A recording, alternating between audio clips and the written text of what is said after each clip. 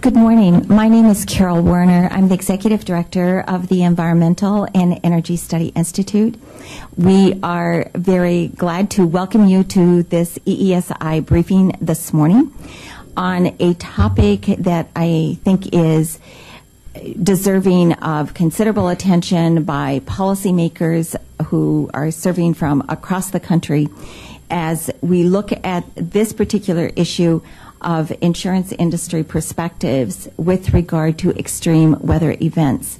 I think this year has seen a buffeting across the country of extreme weather events that we've been looking at an uptick in the number of whether it is drought, flood, forest fires, extremely serious damaging tornadoes, thunderstorms, hurricanes, and of course seeing the Northeast reel from what just happened this fall with regard to Hurricane Superstorm Sandy.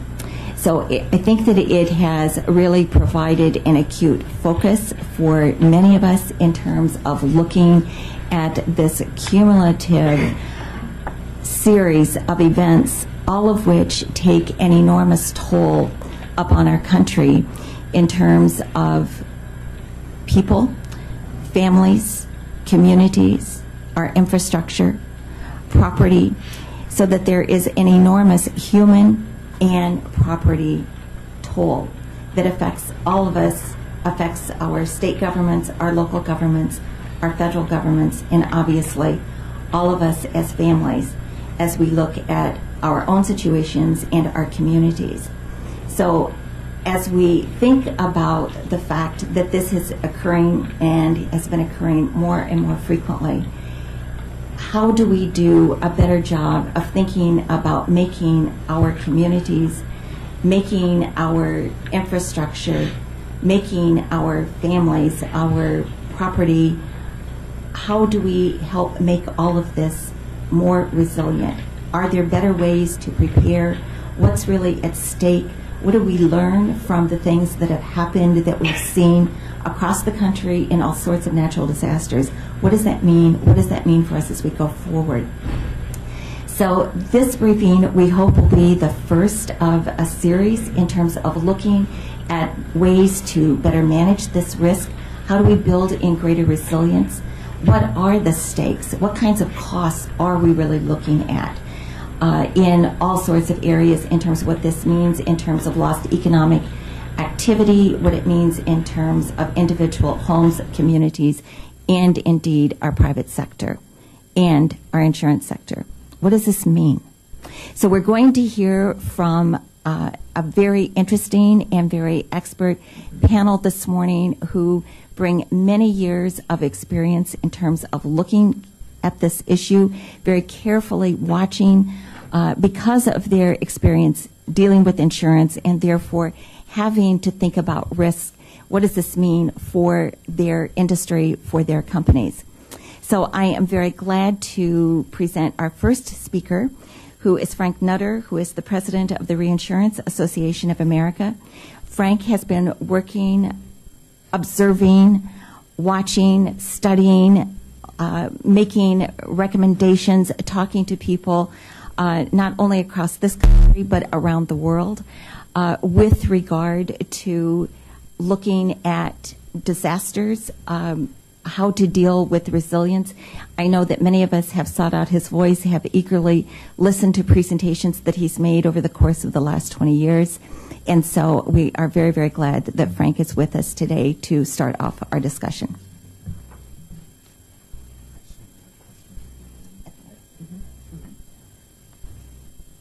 Carol, thank you very much. It's a privilege to be here with you, and appreciate the opportunity to talk about our industry's perspective on catastrophe losses. Reinsurance companies have a particular interest in catastrophe losses as the insurance industry tends to lay off its extreme catastrophe risk to the reinsurance markets globally.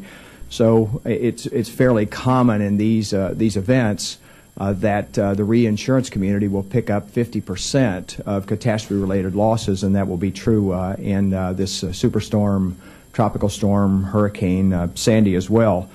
And what my role here is to give you some data context, if you will, for Sandy in particular, as well as Sandy in the context of other disasters, and conclude with some suggestions about how the insurance industry sees solutions to these kinds of problems and to increase community resilience. So let me start with some Sandy-related data, and I thank the Insurance Information Institute for much of this information.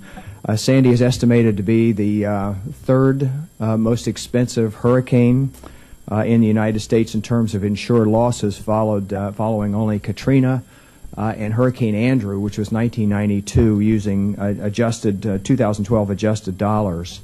The industry expects to have nearly 1.4 million claims filed as a result of Sandy, and that is broken down largely along these lines: 1 million claims related to homes, nearly 250,000 automobile claims, which may seem a little unusual, but in a flooding event like this, with people not having taken even simple precautions to move their cars or underestimating the likely impact, 250,000 automobile claims. And that if you looked at Sandy in the context of the United States in 2012, this is likely to be the third costliest year for catastrophe losses that the industry has ever had. The industry relies on catastrophe modeling firms to help assess what the likely costs are going to be associated with these storms. And in this context, there are three firms, and I've put up here a slide showing the ranges that they have published. Most market people would estimate that the insured losses, not counting the National Flood Insurance Program, which I'll comment on in a second, likely to be $20 to $25 billion when these claims ultimately get settled. If you looked at Sandy in the context of other events, particularly other hurricanes, and I realize Sandy was downgraded by the National Hurricane Center before it actually made landfall, so it was not technically a hurricane when it made landfall. You'll see that Sandy is likely to be the third most expensive hurricane. What's perhaps more notable, particularly in the context of this briefing, is that 10 of the 12 most costly hurricanes in terms of insurance claims paid have occurred just since 2004, a pretty remarkable string of significant losses. I noticed in one article that someone referred to Hurricane Irene, which you'll see up here as the $4.4 billion one, which was just last year, largely affecting much of the same geographical area, was considered at that time unprecedented. And here we are 1 year later with a storm of even more significance. If you looked at Sandy in the context of all catastrophe-related losses, and so here I'm including the 9/11 losses, I'm including earthquake-related losses. Again, Sandy is particularly notable because of its enormous size, and again, I'm not including the National Flood Insurance losses in this.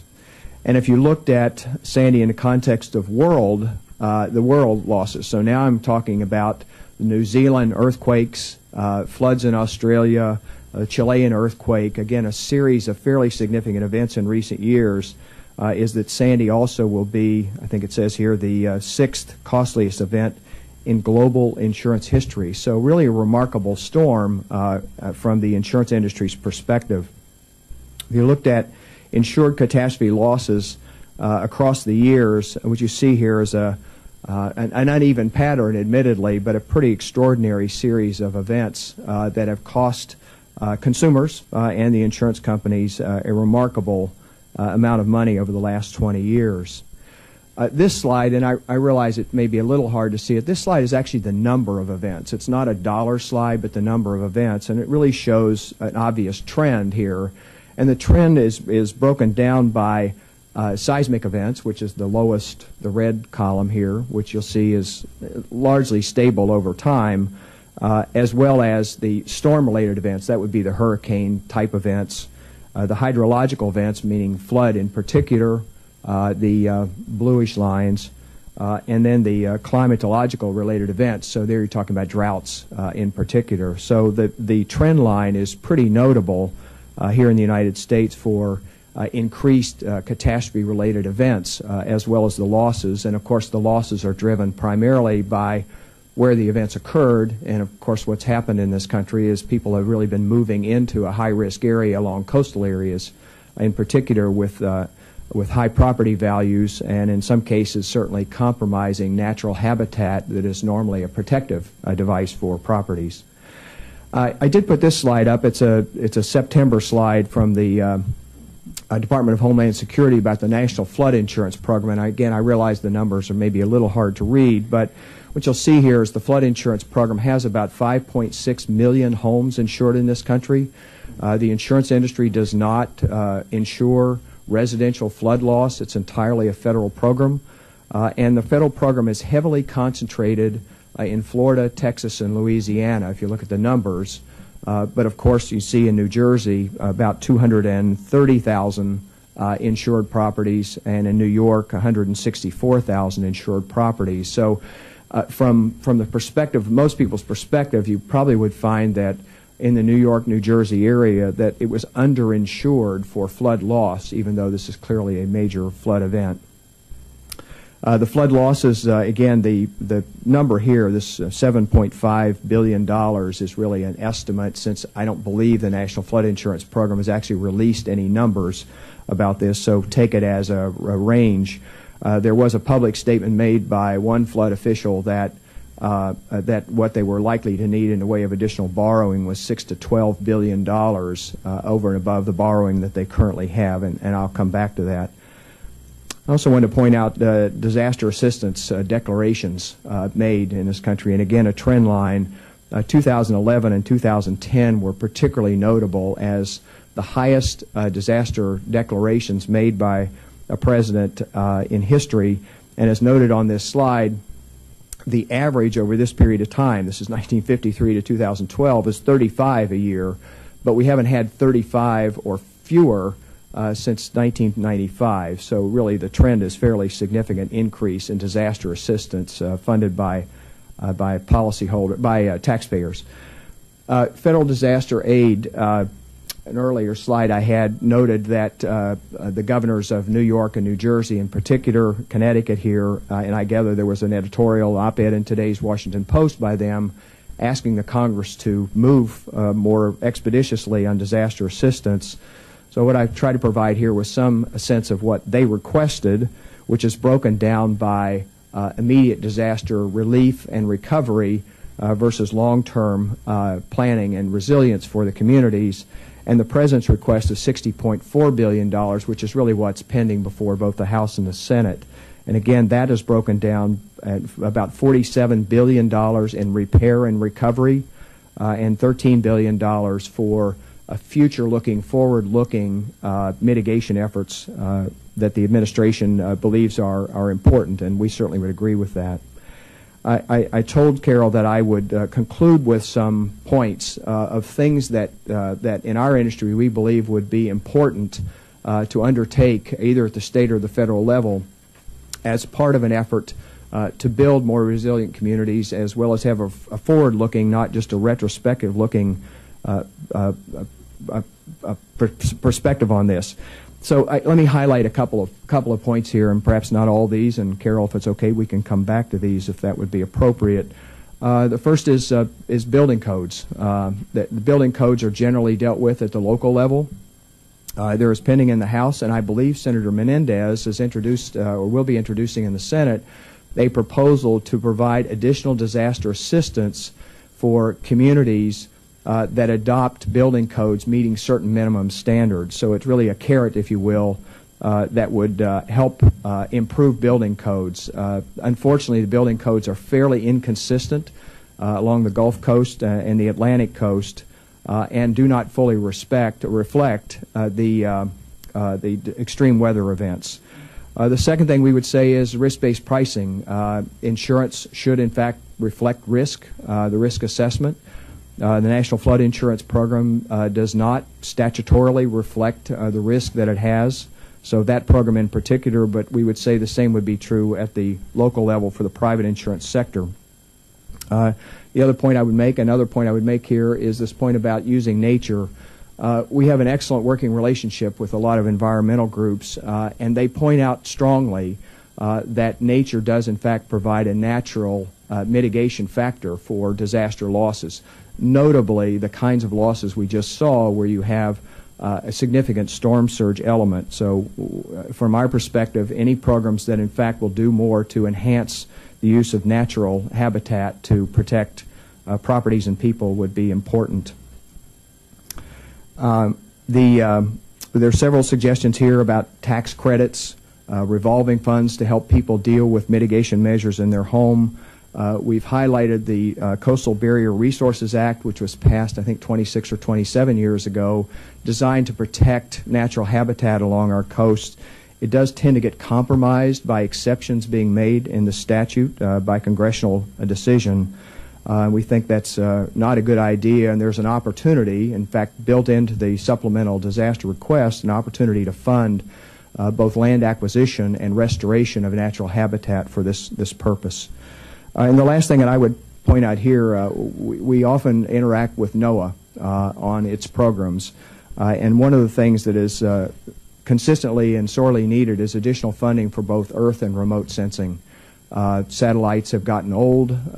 They are likely to not really truly reflect the kind of exposure that we have, and if indeed these programs are not fully funded, we, the insurance industry, will not benefit from the value that comes from government information and insights about climate and weather.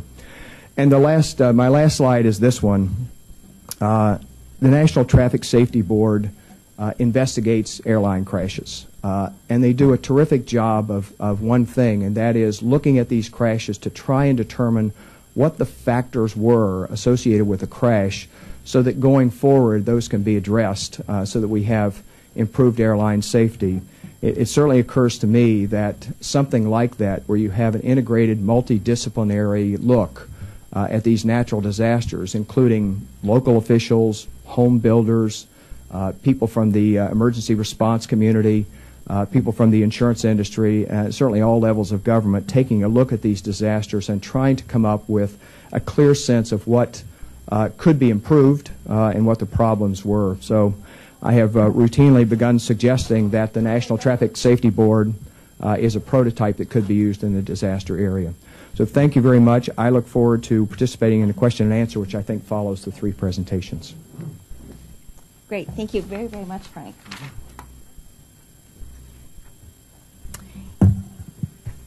And as we usually do, we will open it up for your discussion after we hear from all of our speakers.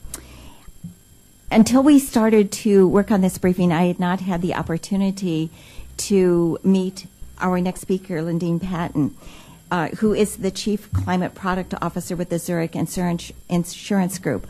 Although I have known about Zurich for a long time, and certainly her involvement on behalf of the company in many areas with regard to looking at climate and disaster events and the significance of those, and what again does this mean.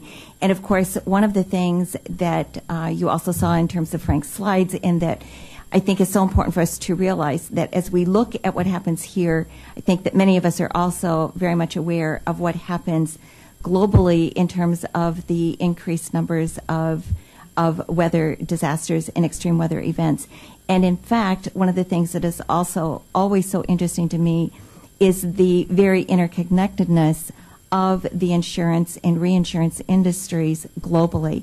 It is not just a company that is based here or whatever, but these investments are indeed global in terms of whether their name is Zurich or Munich or Swiss Re or indeed other reinsurance companies that may indeed be headquartered here in this country. So everyone has huge stakes in terms of what is happening, again, everywhere. And therefore, I am very, very glad to introduce Lindene Patton with Zurich Insurance Group.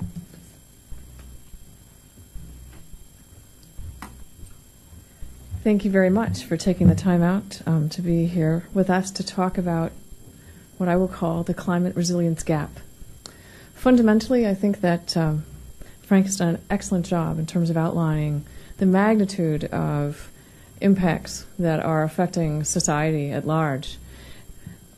But those impacts, oh, did you not, sorry, he's got the wrong, the impacts that are affecting society are definitely affecting our economic stability in both the short term and the long term. And what I want to talk about today is what the role of insurance is from a social perspective in terms of not only being there to pay claims, to put people back into the place where they were prior to loss as much as possible, consistent with our contracts, but also how important insurance is in the context of participating in helping society and local economies to recover from natural disasters. And I want to share with you some specific analysis that has been done in that context, which proves out, after looking at thousands of losses globally in the natural disaster context, how having an insured rather than having an uninsured loss results in more stability to gross domestic product over multi-decadal periods. This is the kind of information that I think is important and has been missing somewhat from the dialogue as we all talk about these almost unfathomable numbers in terms of the magnitudes of losses that are presented. And I apologize that somehow the pictures aren't up here that go with it. But many of you have seen a series of pictures that have come out of these losses with flooded taxi cabs and the like. But I think what's really important in terms of trying to put the losses, which Frank so readily reviewed, in context, is understanding, even though we've got sort of changing numbers over time, that these affect percentages of local gross domestic product. So these are not just socially disruptive, these are remarkably economically disruptive activities. And what we need to figure out is how we close this climate resilience gap.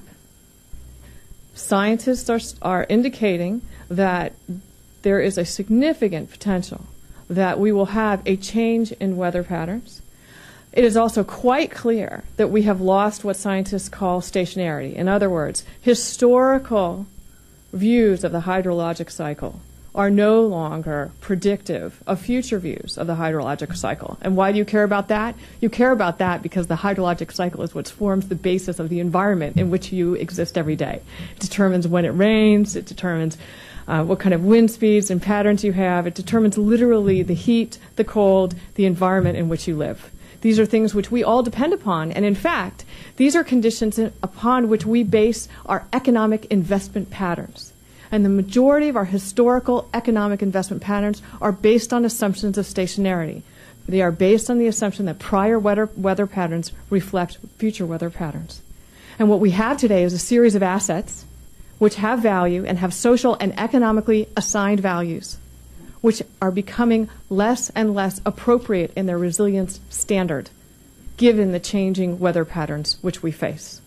So what I want to talk about and focus on in this discussion is how do we close that resilience gap, and what is the role of insurance in that context, so that we can avoid multiple percentage impacts over multiple events in a year to GDPs of both local and national economies. So how do we get from the current state of our resilience, of existing assets which are in place, to something that is a resilient state? All right. I think that Frank has certainly outlined the majority of these items that are included, but you have to consider we have an increasing frequency or severity of climatic events. We need building codes in regional zones to reflect changing hydrologic cycles. We need them to be cognizant of, given the earn-out life or the capital investment life of specific assets, the stressors, the environmental stressors to which they are being exposed. And those building codes should go hand in hand. So consistent with what Frank has made as a recommendation, you need public-private partnerships and you need multidisciplinary analytics of local regional conditions. One size does not fit all. As ASCE remarkably demonstrated in 2009 in their report card assessment, we have a slight infrastructure deficit, which they assessed at several $1 trillion. Their report speaks for itself. But I would observe that given that we have limited funds socially, that as we begin to evaluate how we upgrade, reinvest, and develop new infrastructure, that we include the concept of the loss of stationarity directly into those analytics and assure that if we are building a piece of infrastructure which is designed to last 25, 30, 50, 70 years, that we include climatic models in that analytic so that we are assured that it will last its full useful life in a manner that's consistent with the economic investment pattern which is predicated on the capital investment. So in other words, you don't want to assume that something's going to last 30 years only to have it blown away in 10. And realistically, I think what we've seen is that if you're in a 100-year floodplain, it's a 26% chance that during that period of time that you'll have a flood impact to that asset. That's not exactly, I think, what your average investor is thinking about if they're in a 100-year floodplain. So we have a tremendous opportunity. I think we need to, as we go forward, and I think as Frank has suggested, come to an agreement about what we define as resilience and how we're going to proceed in those multi-professional integrated analytics. I offer up here an IPCC definition. There are a multitude of other definitions. I would also commend you to a recent report released by the IFC and the World Bank and the IEG evaluating the IFC's work, in which they have defined standards for review of climatic investment screening. It's worth a look. But to bridge that climate resilience gap, I think we're going to need to invest in adaptation. We need to incentivize risk reduction. And this is a big trick because if you have assets which are now not sufficiently resilient to the physical forces to which they're exposed, somebody's going to have to pay the difference to get them upgraded. And that is the public policy challenge. This is going to require a long, hard look at risk-based land use management. And it's going to have to foster some sort of long-term investment management activities. But to that end, I think I have a piece of information to share with you, courtesy of the Bank of International Settlements, in which they did a recent study which looked at approximately 21,000 natural catastrophe events globally. This was released December 5th. This particular report looked at economic impacts of natural disasters in economies which were insured, uninsured, and underinsured, and looked at those impacts, and they were stunning. Most of us in the insurance industry believe at our core that insurance serves a tremendously valuable social function in stabilizing and pooling risks, but also stabilizing economic impacts, both in the short term and in the long term. And this study actually proves this out. The abstract, and I'm quoting directly from the paper itself, reads, "Our main results are that major natural catastrophes have a large and significant negative effects on economic activity, both on impact and over the long run. However, it is mainly the uninsured losses that drive the subsequent macroeconomic cost, whereas sufficiently insured events are inconsequential in terms of foregone output." That is a powerful position taking. And I think it's something that ought to be evaluated by anybody who's interested in this area. The natural catastrophes that were reviewed in this particular study looked at 21,763 events. The source of the data was Munich Re in the NatCat service, and the information is fully available and transparent in that analytic. You will also note at the very front portion of the study itself, they clearly show that the insurance industry did not pay for, which is really interesting because this is a regulator. We didn't pay for, nor did any of the associations pay for any of this analysis. And I think that given the status of the BIS, they were very concerned at assuring everyone that this was an independent analysis. And I spoke directly to Getz von Peter, who was one of the primary authors, and he was really nervous about that. So I think it's important to understand where the source of the data is. But the main figure in terms of the results of the analytic is figure 4, in which they looked at the impact of growth if you have uninsured losses over a multi-decadal period on GDP. These are the percentage in the vertical axis and years in the horizontal axis. And there's a cumulative effect up in the right-hand corner, top line, right-hand graph, is the cumulative effect of uninsured losses on GDP on a decadal basis. In other words, you don't recover. And this is consistent with the experience that each of us has in understanding what happens when natural disasters hit emerging markets that don't have sufficiently resilient assets. Okay. By contrast, impacts on growth, if you are fully insured assets, indicate that in the short run, you have a very static GDP, you have an opportunity to increase, and then you get your up and down along the way. But the cumulative effect of a fully insured environment is economic stability. And I would argue that we are much better off socially and economically to remain in a condition where we are climatically appropriately resilient, and that we should evaluate how we structure our public policy in this context to assure that we allow insurance to be deployed in a way so that we can perform our quality social role to that end. So with that, that's the conclusion of my comments. Thank you. Great. Thank you.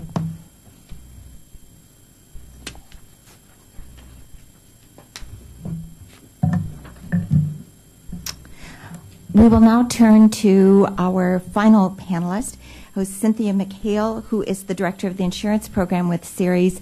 EESI has been privileged to work numerous times with Ceres on sustainability and climate issues. They do so much forward-looking work with the corporate and investment communities, and in terms of providing very solid information to I think the public and to again the investor and corporate companies as they look at ways to really think about climate, look at a number of environmental, look at a number of energy issues as we all think about what does sustainability mean, because obviously sustainability is important in terms of economic sustainability as well as environmental sustainability. Cynthia?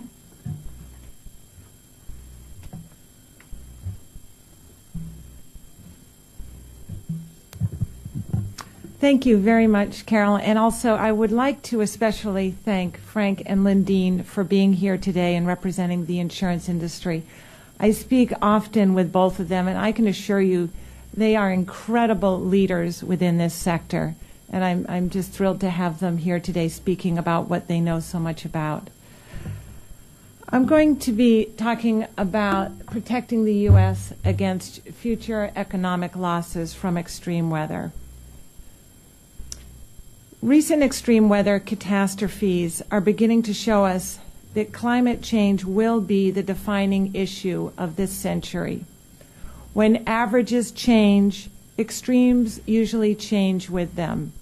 A warming climate loads the dice for extreme weather. That's especially true for the United States. According to a recent Munich Re study report, and I'm quoting this, nowhere in the world is the rising number of natural catastrophes more evident than in North America. Climate change is impacting heat waves, drought, heavy precipitation events, and in the long run, most likely hurricane intensity. This map depicts some of what we have seen over the past 2 years, so 2011, 2012. And it's all across the nation. It's not just on our coasts or not just in Tornado Alley.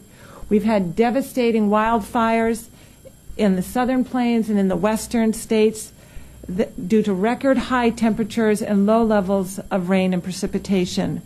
We've had back-to-back droughts in 2011 and 2012 that have caused over $30 billion in crop losses and larger impacts on global food supplies. And then, of course, we've got now Hurricane Sandy, the second or third largest hurricane to ever hit the United States.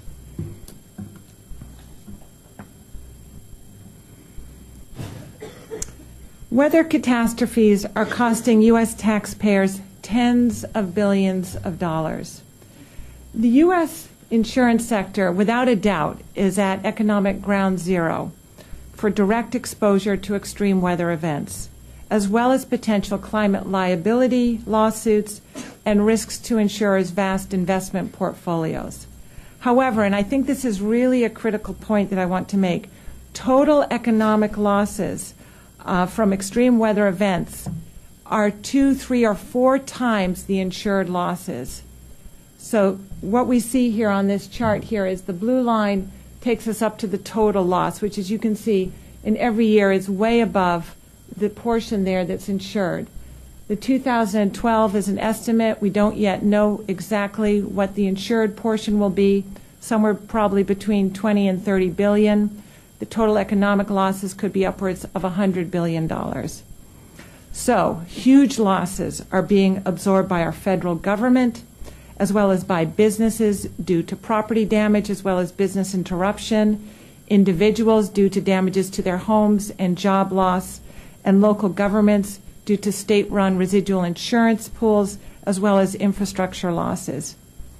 Insured losses from Hurricane Sandy are looking to be over $20 billion. But again, the economic losses will be many times that.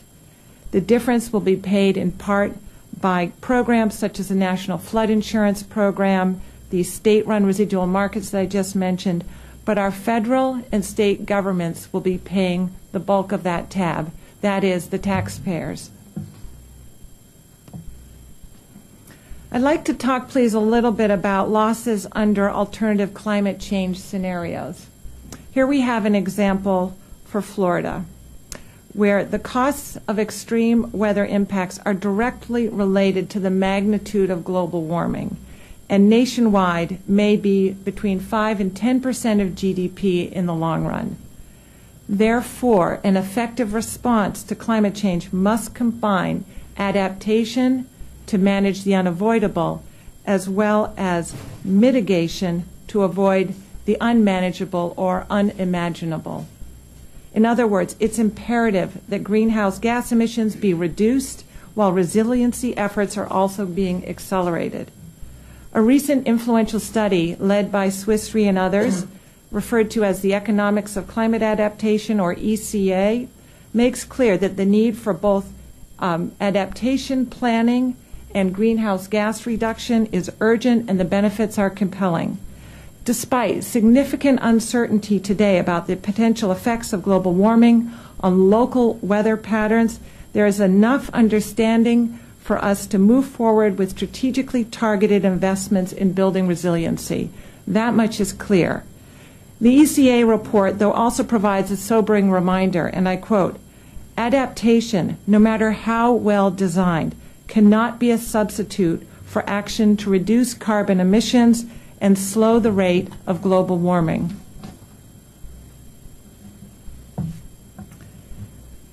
The insurance industry, without a doubt, is uniquely positioned to influence society in reducing risks. Insurers have been influential, for example, in requiring smoke detectors in homes and the use of seat belts in cars.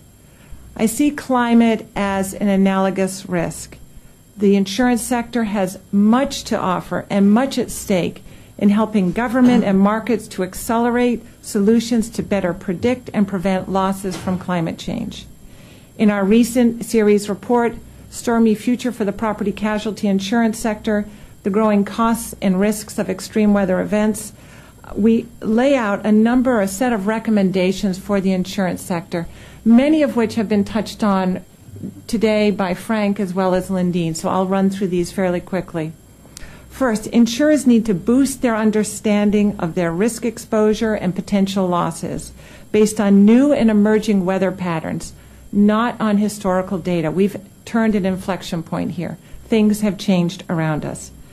Second, insurers should actively support stronger research on national and regional forecasting of future weather and catastrophe programs or patterns. There is an acute need to advance our understanding at sea level rise at a more granular or local level, as well as the impacts of warming temperatures on the frequency and severity of thunderstorms, hailstorms, and tornadoes, of which, frankly, very little is known today.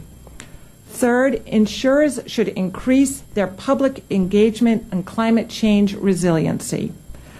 There's a need for strong action. For example, their loss management expertise can help inform better land use planning, infrastructure design, and building codes in critically exposed regions. Fourth, insurers should be promoting stronger climate risk awareness amongst their customers. This includes providing products and services to help businesses and individuals reduce their risks. Clearly, this is a win-win. Customers reduce their losses as well as the insurance sector. And lastly, and perhaps most importantly from my vantage point and Siri's vantage point, Insurers need to be vocal advocates for strong climate policies that will reduce carbon pollution that is causing climate change in the first place. Our Stormy Future report also lays out a set of recommendations for state insurance regulators, which you can see there and are detailed in the report. We have a few out on the table, and they're also on our series website. Clearly, there is also a critical role for the federal government. Insurance works best when it's part of an overarching climate resiliency framework that seeks to prevent losses from happening and to reduce the impact of those events that are truly catastrophic. Clearly, there is a very critical role for our federal government and Congress in boosting our resiliency to extreme weather. Our first lines of defense should be to prevent and reduce risks by setting stronger building codes, creating incentives or restrictions on building in hazardous areas, and planning defensive infrastructure such as road elevations. Secondly, the federal government and Congress should link federal recovery assistance to climate resiliency planning. As part of any congressional disaster aid bill, there should be crystal clear language. No checks will be mailed without local assurances that resiliency measures are being pursued. And finally, there is a reason we're holding this briefing in D.C. The broader, well-documented, and far-reaching impacts of climate change will only be addressed through thoughtful, bipartisan policy initiatives passed by the U.S. Congress. Thank you. Thanks, Sophia. I want to thank all of our panelists. Very, very thoughtful discussion and presentation of all of the issues that are confronting us. And let's open it up for your questions or comments. And if you could please identify yourself, please, when you make your comment or question. Go ahead. Mm-hmm. I'm Leslie Downey. I own a technology business, but I'm also with Citizens Climate Lobby, a volunteer. And of course, we visit members of Congress and the Senate to encourage them to enact a tax on carbon emissions, a carbon tax. In our various visits, we have observed that most of the legislators to whom we speak don't get many visits from the insurance company about prevention of climate change. And in fact, one senator's aide told us it's been the other way around. We're talking to our state commissioner about more transparency on the part of the insurance industry in regard to risks to insurance posed by climate. So, as I see it, the insurance industry, climate change could be catastrophic for the industry itself, with less insurable property, more price sensitivity due to declining wealth, and finally to less predictability due to the changing hydrological patterns that Lindene and Patton mentioned. So if that is true, if there is such great risk to the insurance industry itself, why hasn't the insurance industry been all over Congress from a prevention point of view, Republicans and Democrats alike? I'll take the first shot at that. A couple of things. The series, to its credit, took the initiative with state insurance commissioners, which we supported, to get better disclosure from insurance companies about their climate-related exposure. That was adopted, I think, even recently, in November, by the National Association of Insurance Commissioners as part of their financial examination process, that companies will be asked about their climate risk, and there's a series of very specific questions. The states of New York, California, and Washington State, adopted earlier this year a disclosure requirement related to climate, and I believe Ceres has been retained to evaluate and assess that information. So Cynthia may be able to comment on that. Our community, the reinsurance community, does think that kind of disclosure will bring more attention and an understanding of that. Your broader question about where is the insurance industry on this, and I do get this question from time to time because it's it's a natural question if our concern is about the cost associated with extreme events, should we focus on the causes as well as the consequences of these extreme events? The business model of insurance is largely one of aggregating large amounts of data from individual losses and trending it forward.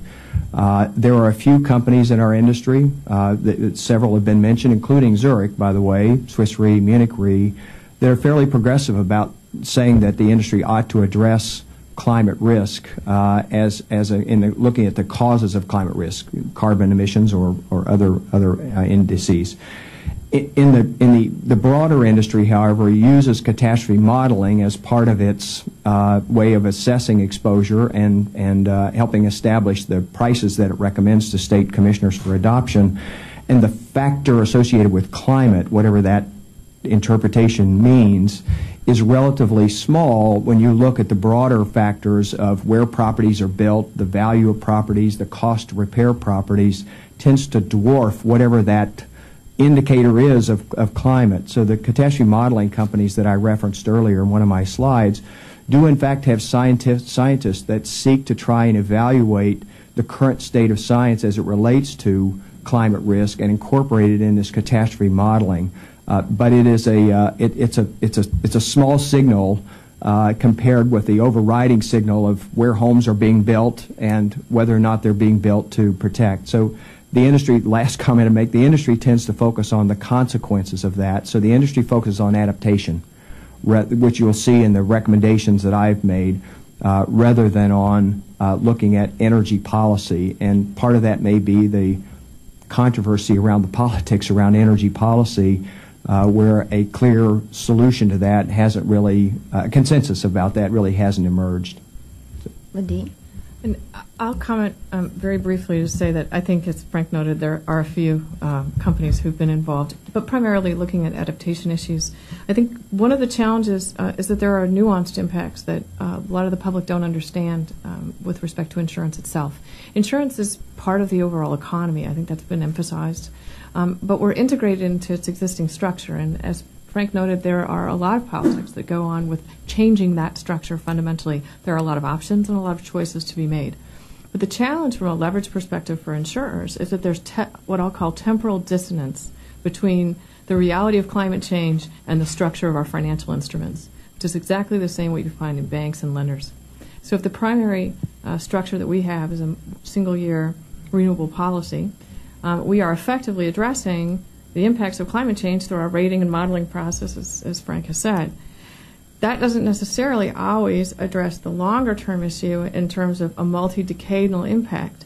We certainly do our job in terms of managing our instruments and sending risk-based price signals to society. But that isn't necessarily doing, I think, what you're talking about, which is trying to fill the governance gap, in effect. We are part of society. We communicate in that context, and we provide expert information as insurers to policymakers who are having to make some pretty tough decisions, as well as to public and other stakeholders. And I think it's a dialogue that we have to continue in, and we're trying to play that role. But it may not always be obvious how we're doing it.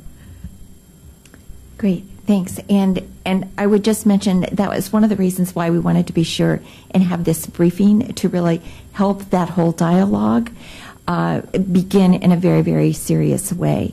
Hey, Carol, can I just Sure, add absolutely. something to the comment? Because it's an interesting question and a dilemma, I think, for the industry.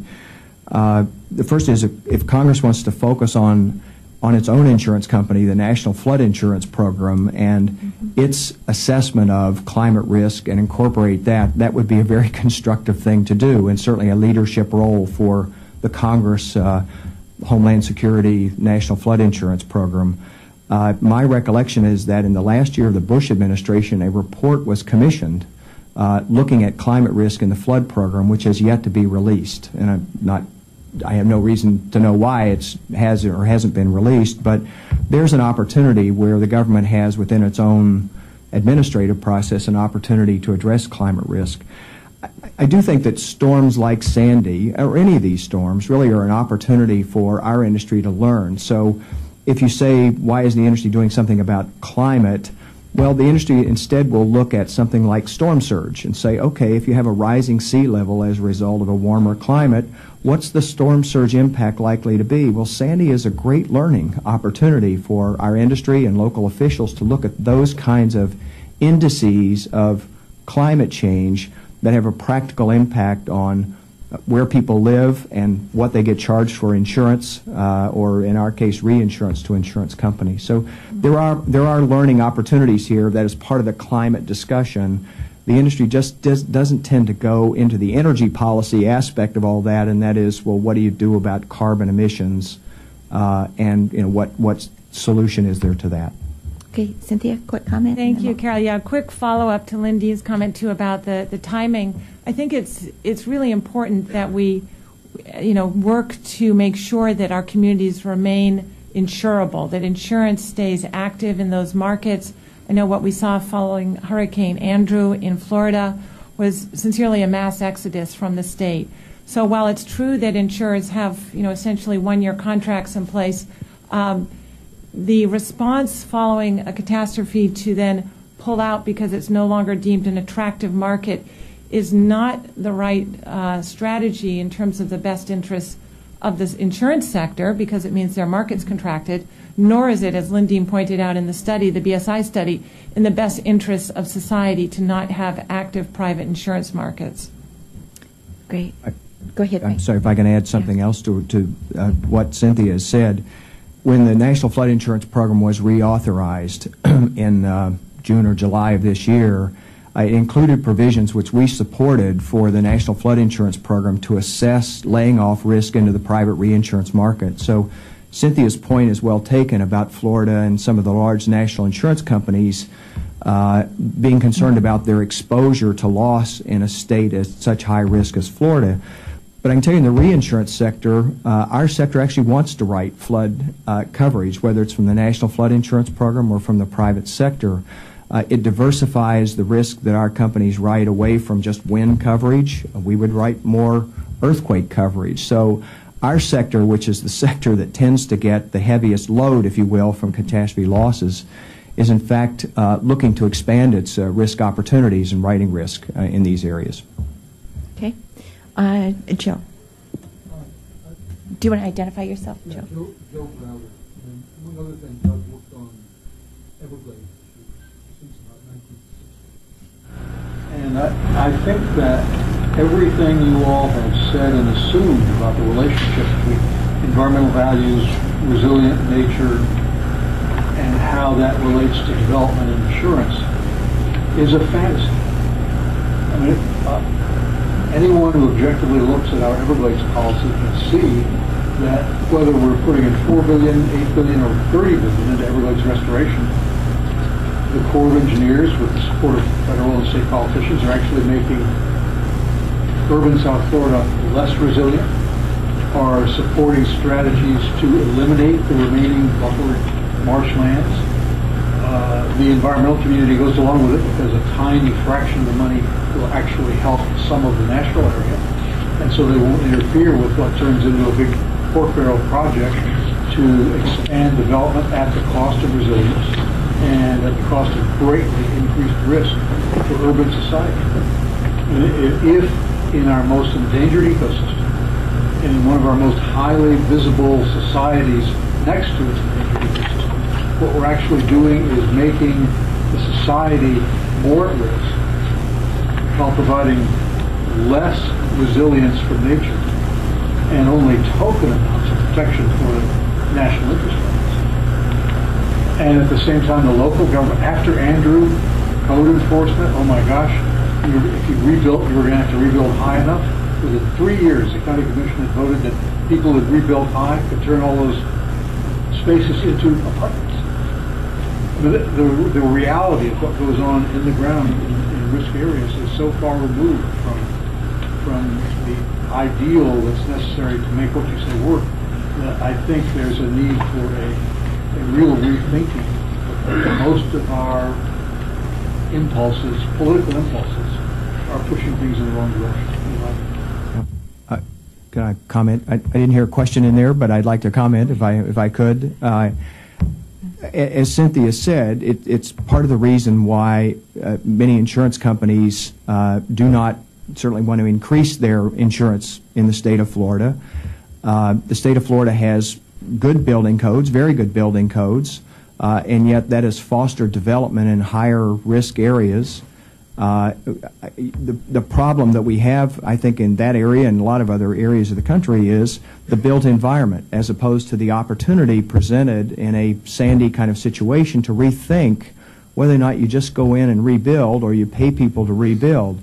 And I know I'm talking about the flood insurance program maybe more than I should, but there's a program where you have repetitive losses. Something like 1 or 2% of all the insured properties in the flood insurance program account for 30% of the losses in the National Flood Insurance Program.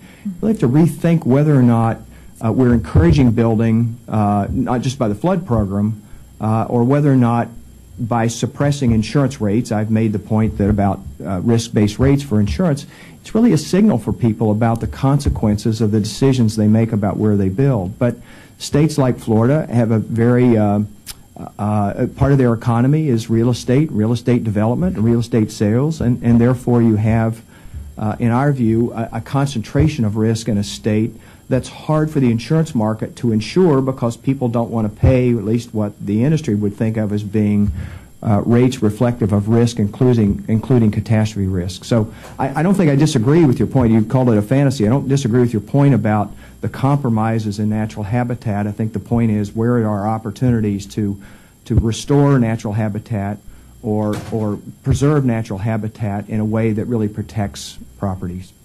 Lindene, go ahead. Very quickly, and I know there's a bunch of other. Very quickly, I know there's a bunch of other questions too.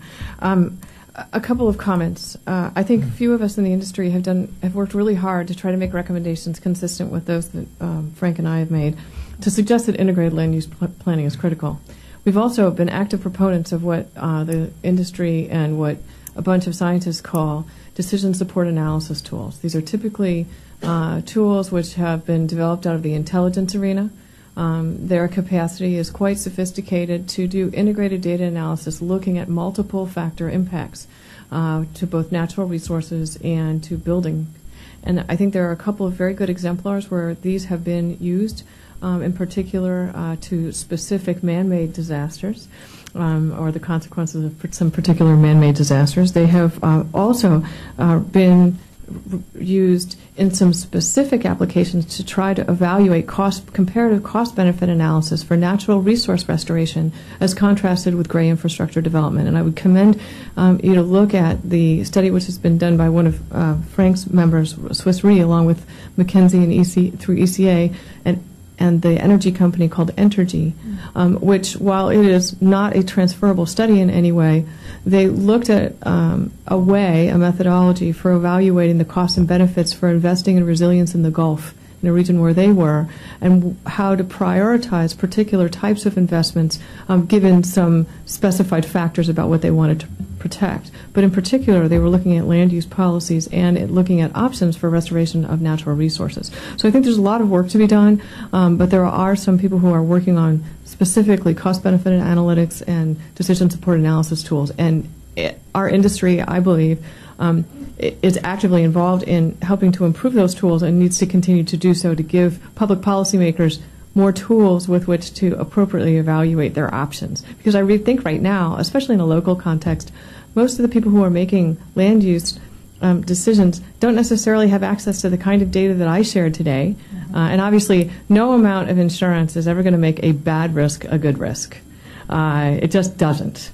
It pools risks and it helps manage risks without question, and it helps modulate impacts. But it's not going to make something that's a bad risk good. So we need to collaboratively figure out how to do integrated analysis and improve risks over time, which is something that as Frank noted, our industry has a really significant history in, whether it's in property protection or worker safety. I'll stop there. Great. Okay, thank you. And could you identify yourself, please? Yes, my name is Dan Brigg, and I'm a congressional fellow appointed by the American Society of Insurance Engineers. I really have two kind of comments. And one of them is related to the Sandy event, which we knew were coming for more than a week, well ahead of time. Yet I believe there's more than 250,000 automobiles that people left parked in the area, which ultimately ended up being a total loss. It kind of reflects stupidity that the insurance and the rest of society end up paying for. You got to stop doing that, and people have to start listening to the weather to see what's coming. We knew a storm surge was coming, and yet they didn't take any simple mitigation. Driving the vehicle inland a few miles would have easily prevented those great losses.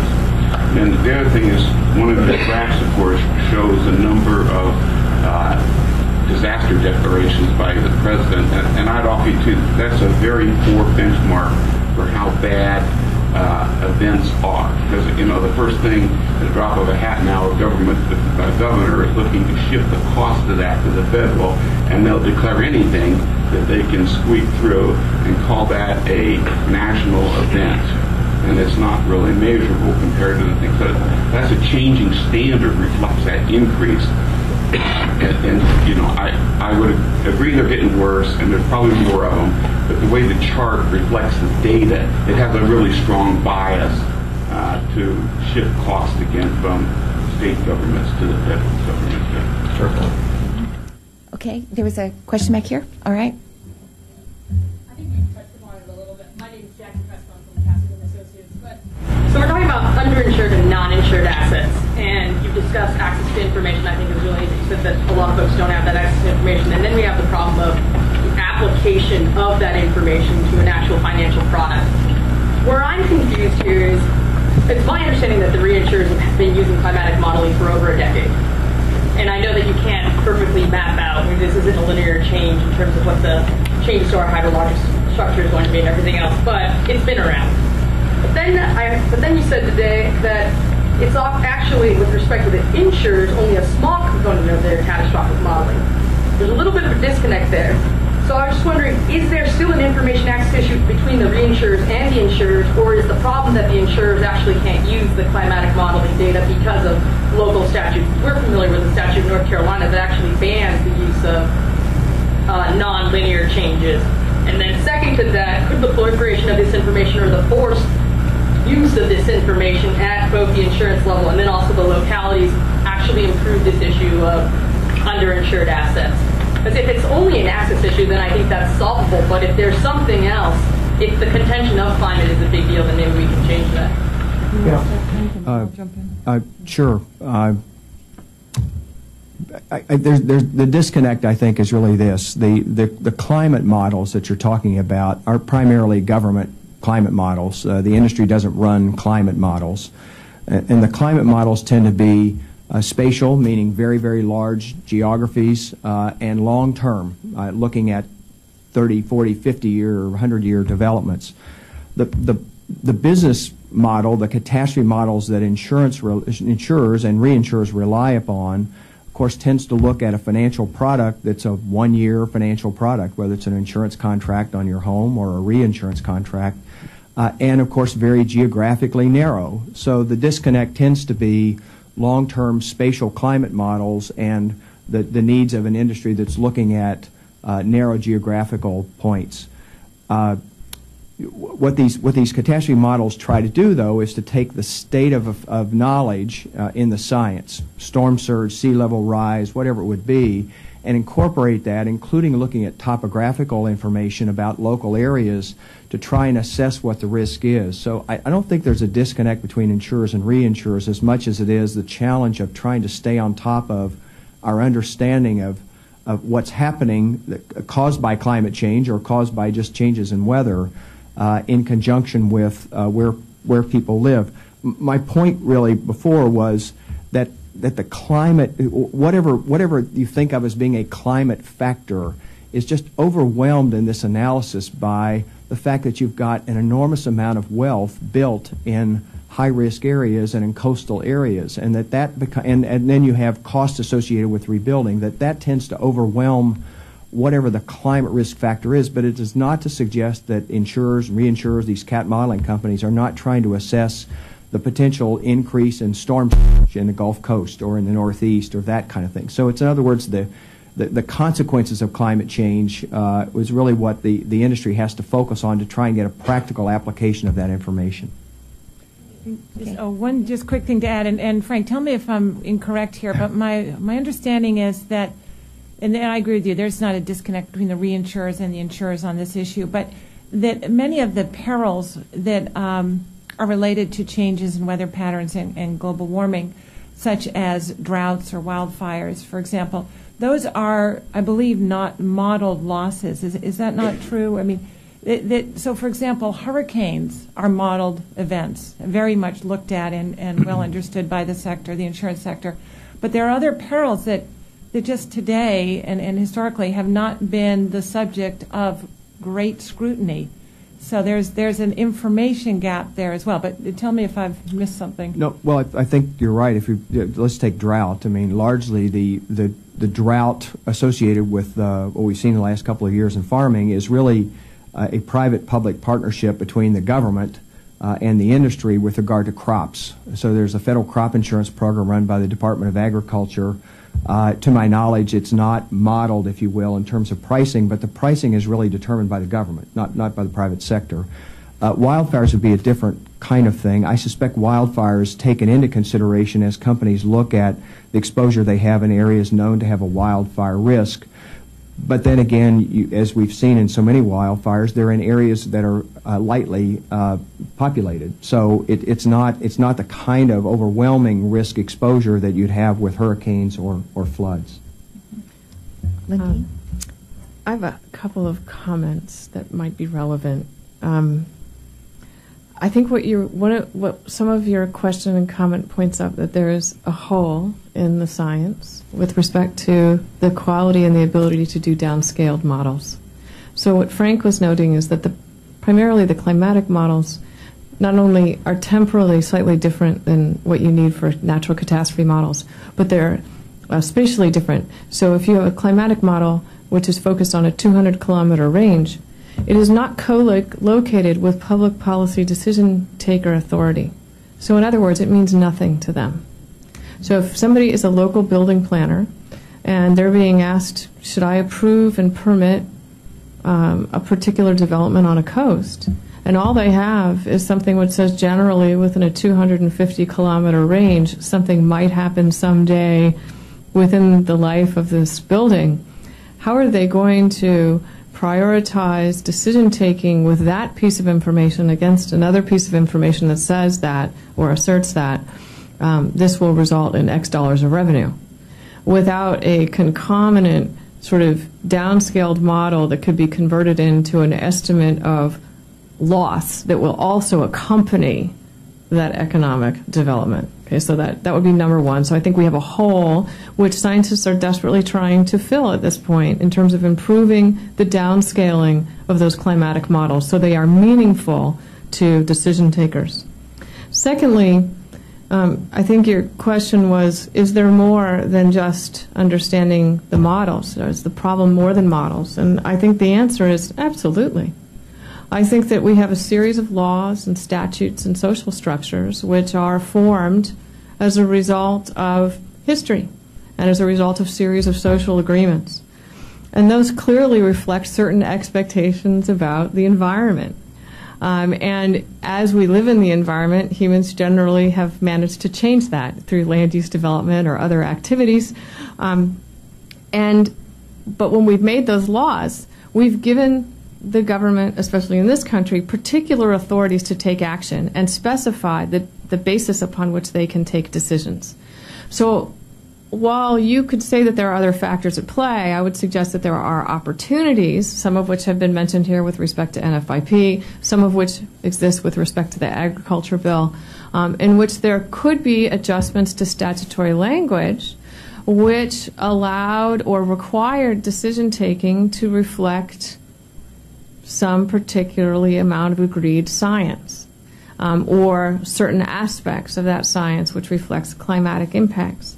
Or they could not, but that is a public policy decision-taking opportunity, which I'm sure that there are many people who are evaluating at this point. But at this point, in several cases, I'd seen a series of published articles about FEMA's authorities, statutory authorities, in terms of responding and doing redevelopment.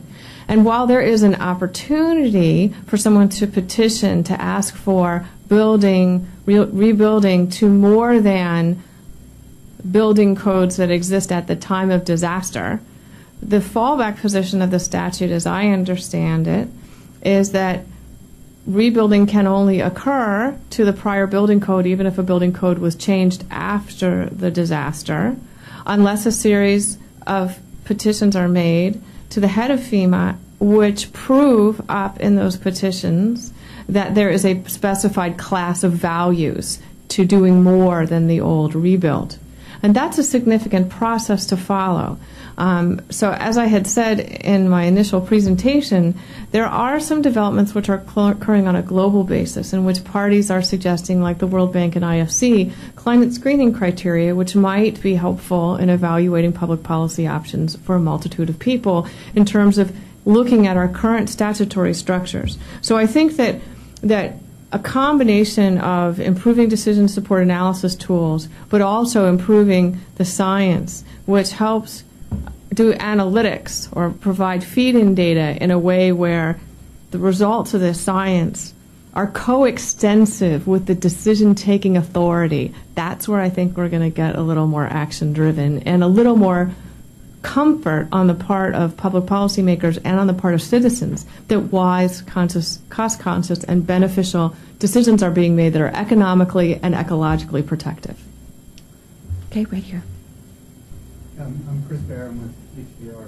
I'm really curious about, it's kind of a two-part question. So, first of all, considering these, increasing scale of damages coming up, but as well the dramatic pooling that goes on of insurance.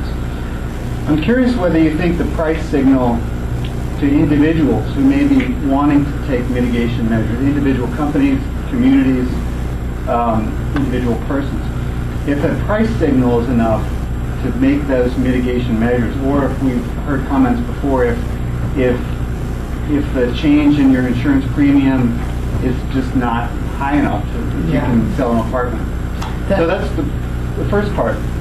The second part gets to I think what you're talking about, Lindene, in particular, where there's a public value for insurance that certainly wouldn't be in your price signal to the insured. And if that loss in public value is really the gap that we need to talk about. Yeah, I think your comments are right on point for me. My experience is that, in fact, in some cases, the price signal, if the insured risk is absolutely aligned with the impact of risk reduction, so if they're a one-to-one, then the price signal is enough to incentivize individual action or individual corporate action, for example.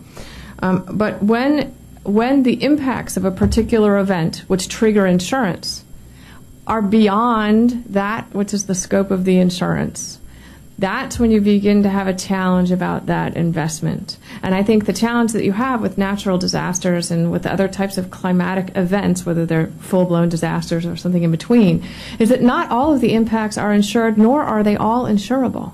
Mm-hmm. And so insurance is in the business of protecting private assets. That's what we do. We evaluate them, we assess them, we mitigate those risks, and we collect premium, pool, and pay out to return them to their prior condition. But if what you're talking about is a disruption, for example, which involves infrastructure which is maybe privately managed but publicly owned, it may or may not be fully insured. It may be appropriate under the local government law, and laws are different in different countries. Insurance is not. Insurance is. This is probably beyond the scope of the discussion here. There are certain ways that things are insured if it's a public asset, which are different than if they are a private asset.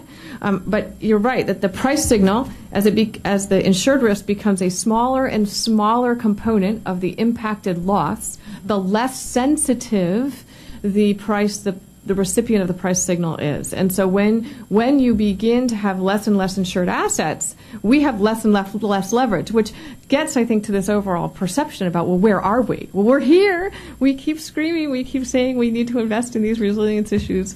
But much of the value of the resilience actions, the capital investments which are necessary to improve our infrastructure, to improve resilience in buildings, will not be a one-to-one reduction in the risk of insurance. In fact, the value might be that you keep your economy going, or that you keep people being able to get to work, that you have gas stations that can give them gas, for example, that you're not underwater, that you have a way to get water out of the space.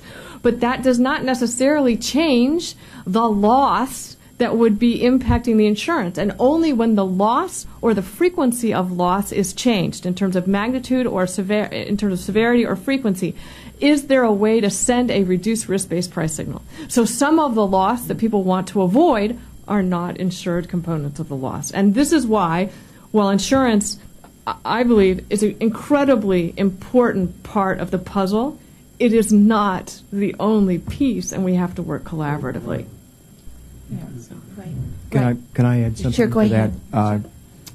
To Lindene's point, if I can just supplement that, if you looked at the slides that I put up, there were a couple of suggestions in there about tax credits for mitigation measures, because as you suggest and as Lindene has pointed out, the insurance premium may be so out of line with the costs associated with the retrofit of a home or whatever that might be. So we've suggested to look at tax credits.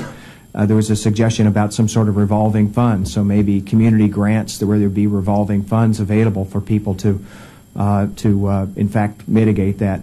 But clearly a lot of this has to happen at the community level or the county level, whatever the local level of government is, with building codes that in fact reflect not just the extreme weather risk that we may have in that community, but what the assessment of the community is about its future risk. So clearly there are some community-based things that have to be done that are different than the modest incentive that a reduction in your insurance premium is going to be for hundreds or thousands of dollars of retrofit kinds of features. But it's a good. Your point is well taken. Okay, the two last questions in the back and then up here. Okay. My question's for everybody, but And could you identify yourself, please? yeah, I'm Colin Mellencamp. I represent a group of 44 mayors on the Mississippi River in all 10 states. So I'm hopping up in response to Mr. Nutter's comment just now. My mayors, some of them in the last 400 days have experienced a record drought, a record flood, and a record hurricane, all within just over a year.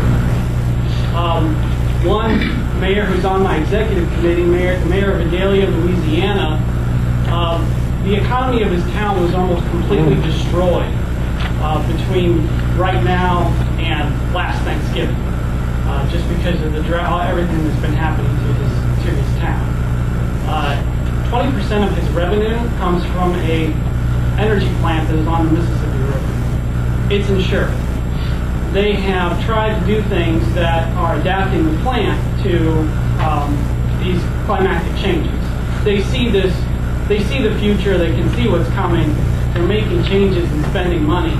The insurance components, the instruments of that plant are not changing at all, even in response to the changes that they are making to the infrastructure. You've all already answered that very well already. So that's really not my question. My question is, what's the best way for a mayor, either singularly or collectively as a large group, to work with the insurance industry to help create incentives, to help create instruments that are more responsive to the money that mayors are spending to make their infrastructure more adaptive? I mean, they would really like to see incentives that they can take to their city councils, that they can take to their chambers of commerce, to say, look, let's not develop in that area, let's actually increase the amount of wetland that's there, because it will decrease the amount of damage we suffer from floods. It will create a buffer zone. And they say, well, what's the immediate economic return on that decision? There isn't one. Actually, the immediate return is a cost. So if there was a return on a decision like that, it would go a long way. They'd like to work with the insurance industry to try to make that happen, but I'm sure how.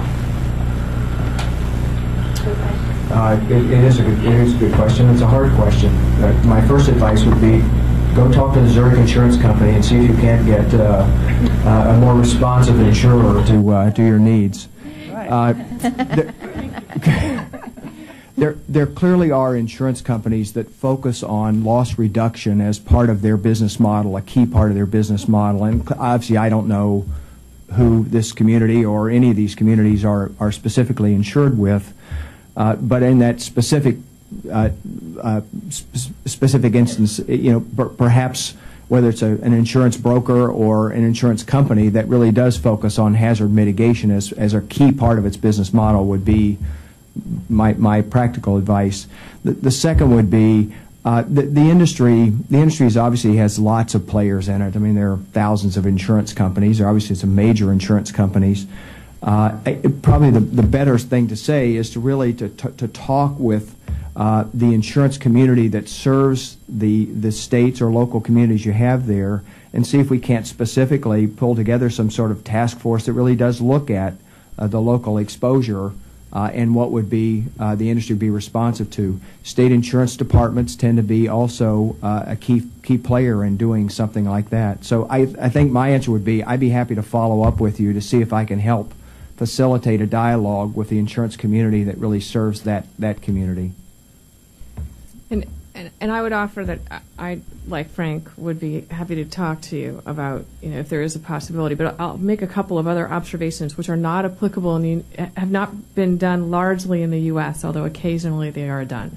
These comments are applicable to experiences that I've had outside of the U.S. where we have kind of bridged some of these resiliency gaps and community development gaps. In most of those cases, we have worked with non-governmental organizations who are familiar with the local or regional activities and who recognize that there are resilience gaps in those contexts. And we have worked with them to try to identify what actions need to be taken to change the way that current development patterns are moving forward and how we can use insurance, and we typically get banks in there at the same time to leverage those. These are generally pilot projects, but it allows us to share information with parties who are quite motivated because of their whatever their NGO is focused on. In some cases, we've done this in water management. In other cases, we've done it with reducing deforestation. But there are a multitude of examples. And then you have someone who can take on a much broader educational role than we might necessarily, as people who hold a bunch of information, can do on a day-to-day basis in terms of implementation. But I think there are some models that are really beyond the scope of this briefing at this point, but I can point you to them where there has been some success on the ground trying to share some information and having positive results in terms of getting what you call affinity programs put together, which give value to local residents who actively participate in effectively hardening their environment and making their environment more resilient. In most cases, those residents are given choices about whether they purchase insurance or not. That's their choice. But interestingly, at least in the emerging market context, most of them do choose to do that to improve asset accrual. I'd like to add one other thing, too, and Frank alluded to this earlier about the National Association of Insurance Commissioners and the mandatory climate risk disclosure survey that series, the organization I work with, is currently in the process of reviewing. So these surveys were completed by approximately 90% of all U.S. insurance companies. And I can tell you what we're seeing, which is consistent with what we saw last year. This is the second year of this, that by far most U.S. property casualty insurers don't yet have strong climate risk strategies in place. They haven't yet thought through the products and services and the ways to really engage with communities on these issues. Now, we have here real leaders in the industry, and I don't want to do anything to take away from that because that's absolutely true. But the industry is not yet speaking with one voice on this, and it has not yet really stepped up fully to the challenge. It is the largest industry in the world, has enormous power and resources and expertise. And really, we encourage and are pushing to see that happen. So I think you're highlighting gaps. Others have highlighted those gaps, and I just wanted to be clear on the record that is the situation today. And I would hope that in a future briefing that we would be able to bring forward some of the examples that have been done before. Last question, okay? Dave Carmel with the International Code Council. Model building codes that are used around the country. We all talked about them. I've got two kind of related questions. One is, given all the expertise here, why don't we see some representation of the insurers at the building code development hearings, because they are developed in a consensus process, and I think your expertise would be valuable in addition to those views of the builders and the construction community and the others that are at the hearings.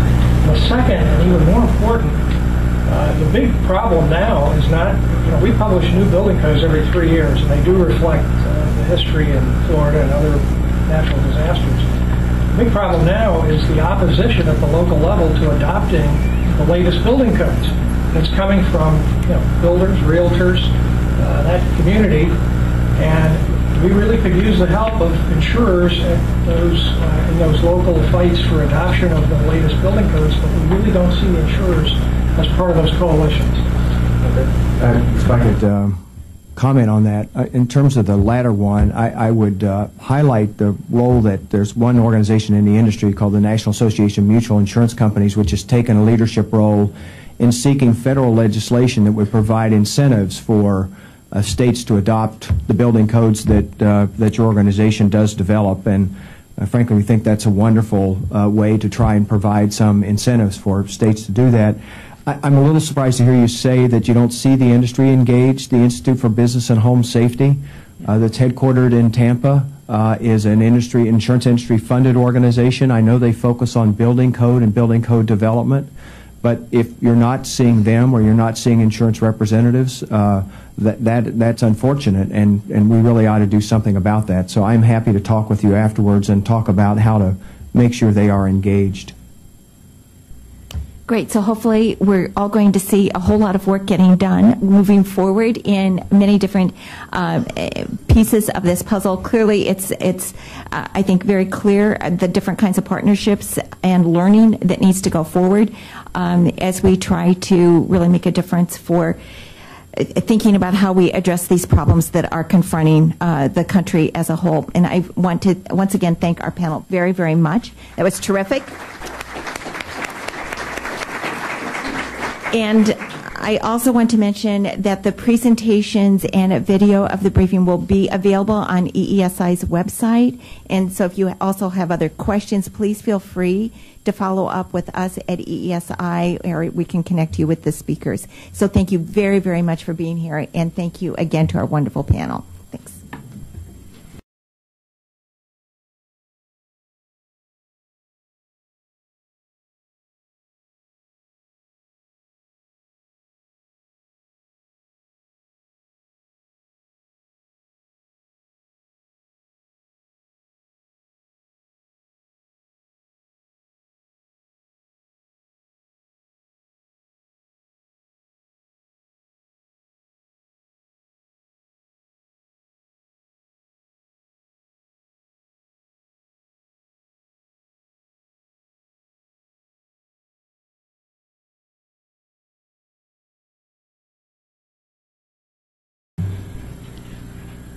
Good morning. My name is Carol Werner. I'm the Executive Director of the Environmental and Energy Study Institute.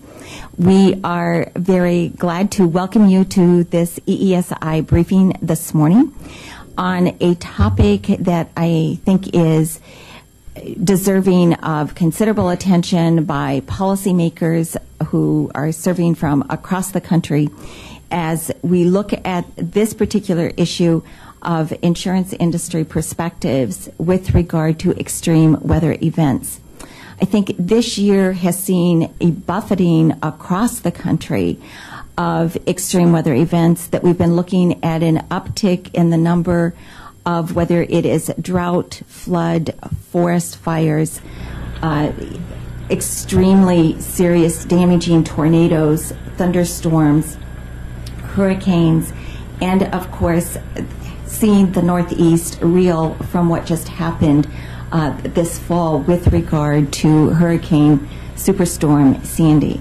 So I think that it has really provided an acute focus for many of us in terms of looking at this cumulative series of events, all of which take an enormous toll upon our country in terms of people, families, communities, our infrastructure, property, so that there is an enormous human and property toll that affects all of us, affects our state governments, our local governments, our federal governments, and obviously all of us as families as we look at our own situations and our communities. So as we think about the fact that this is occurring and has been occurring more and more frequently, how do we do a better job of thinking about making our communities, making our infrastructure, making our families, our property, how do we help make all of this more resilient? Are there better ways to prepare? What's really at stake? What do we learn from the things that have happened that we've seen across the country in all sorts of natural disasters? What does that mean? What does that mean for us as we go forward? So this briefing, we hope, will be the first. 2010 were particularly notable as the highest disaster declarations made by a president in history. And as noted on this slide, the average over this period of time, this is 1953 to 2012, is 35 a year, but we haven't had 35 or fewer since 1995. So really the trend is fairly significant increase in disaster assistance funded by taxpayers.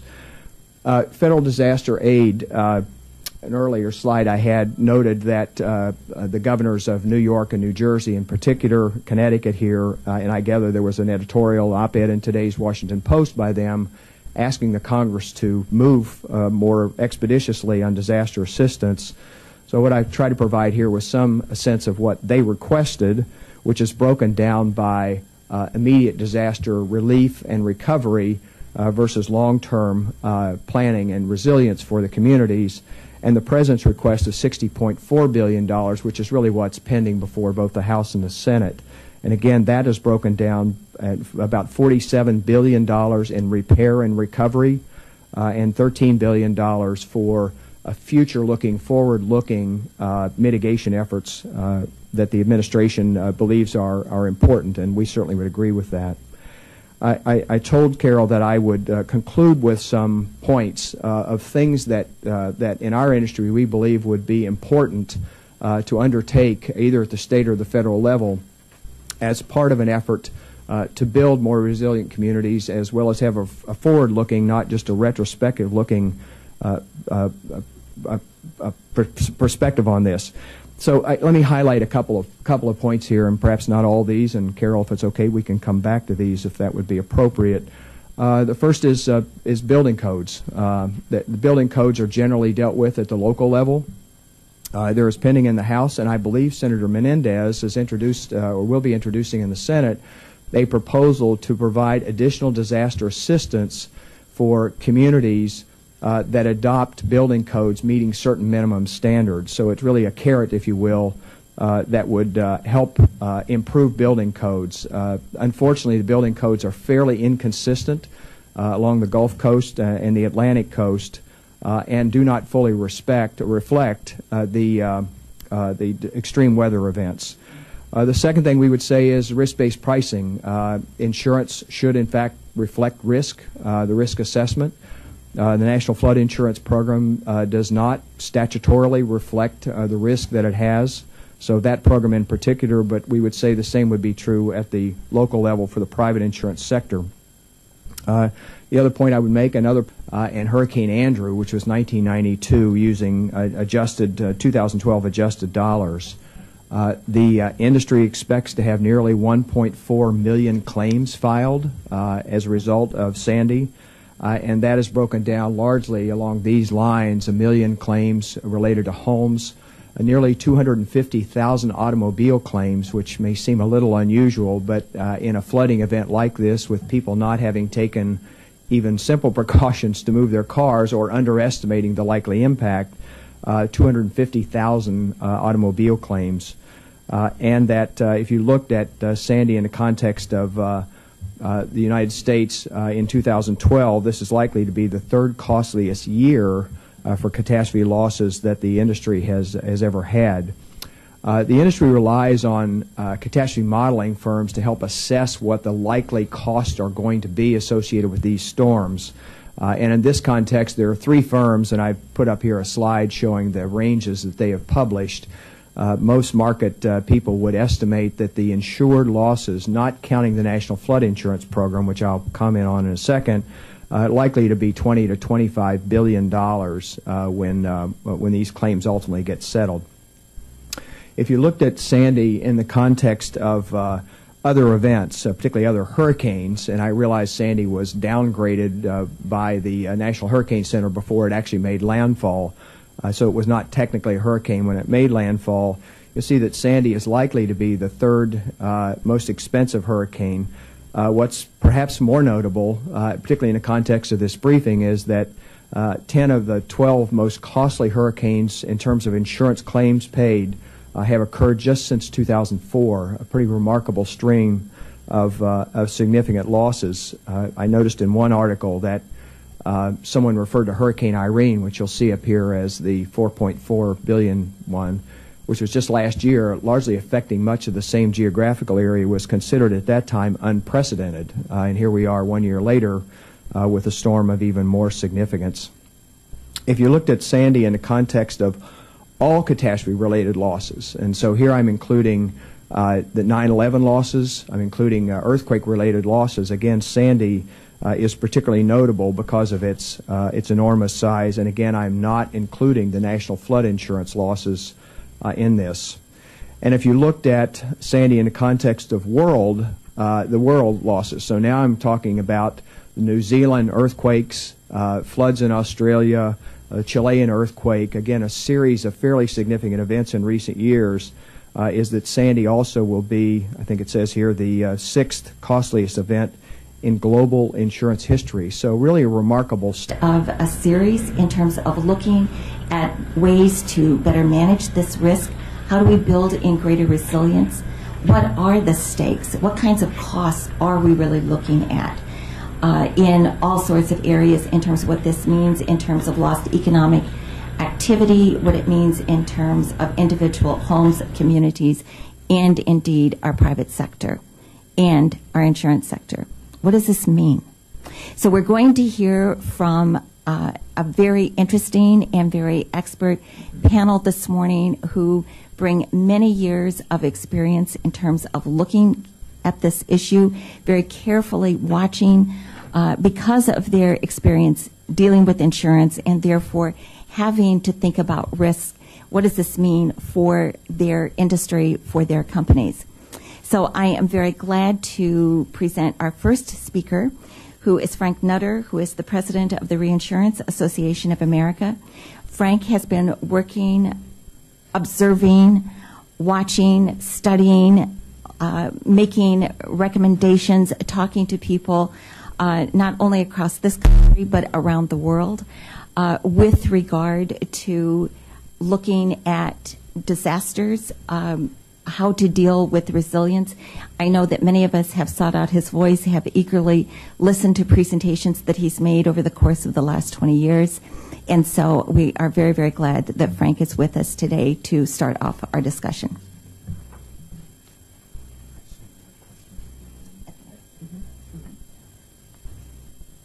Carol, thank you very much. It's a privilege to be here with you, and appreciate the opportunity to talk about our industry's perspective on catastrophe losses. Reinsurance companies have a particular interest in catastrophe losses as the insurance industry tends to lay off its extreme catastrophe risk to the reinsurance markets globally. So it's fairly common in these events that the reinsurance community will pick up 50% of catastrophe-related losses, and that will be true in this superstorm, tropical storm, Hurricane Sandy as well. And what my role here is to give you some data context, if you will, for Sandy in particular, as well as Sandy in the context of other disasters, and conclude with some suggestions about how the insurance industry sees solutions to these kinds of problems and to increase community resilience. So let me start with some Sandy-related data, and I thank the Insurance Information Institute for much of this information. Sandy is estimated to be the third most expensive hurricane in the United States in terms of insured losses, following only Katrina storm from the insurance industry's perspective. If you looked at insured catastrophe losses across the years, what you see here is an uneven pattern, admittedly, but a pretty extraordinary series of events that have cost consumers and the insurance companies a remarkable amount of money over the last 20 years. This slide, and I realize it may be a little hard to see it, this slide is actually the number of events. It's not a dollar slide, but the number of events, and it really shows an obvious trend here. And the trend is broken down by seismic events, which is the lowest, the red column here, which you'll see is largely stable over time, as well as the storm-related events. That would be the hurricane-type events, the hydrological events, meaning flood in particular, the bluish lines, and then the climatological-related events. So there you're talking about droughts in particular. So the trend line is pretty notable here in the United States for increased catastrophe-related events, as well as the losses. And of course, the losses are driven primarily by where the events occurred. And of course, what's happened in this country is people have really been moving into a high-risk area along coastal areas, in particular with high property values, and in some cases certainly compromising natural habitat that is normally a protective device for properties. I did put this slide up. It's a September slide from the Department of Homeland Security about the National Flood Insurance Program. And again, I realize the numbers are maybe a little hard to read, but what you'll see here is the flood insurance program has about 5.6 million homes insured in this country. The insurance industry does not insure residential flood loss. It's entirely a federal program, and the federal program is heavily concentrated in Florida, Texas, and Louisiana, if you look at the numbers. But of course, you see in New Jersey about 230,000 insured properties, and in New York, 164,000 insured properties. So from the perspective, most people's perspective, you probably would find that in the New York, New Jersey area that it was underinsured for flood loss, even though this is clearly a major flood event. The flood losses, again, the number here, this $7.5 billion is really an estimate, since I don't believe the National Flood Insurance Program has actually released any numbers about this, so take it as a range. There was a public statement made by one flood official that what they were likely to need in the way of additional borrowing was $6 to $12 billion over and above the borrowing that they currently have, and I'll come back to that. I also want to point out disaster assistance declarations made in this country, and again a trend line, 2011 and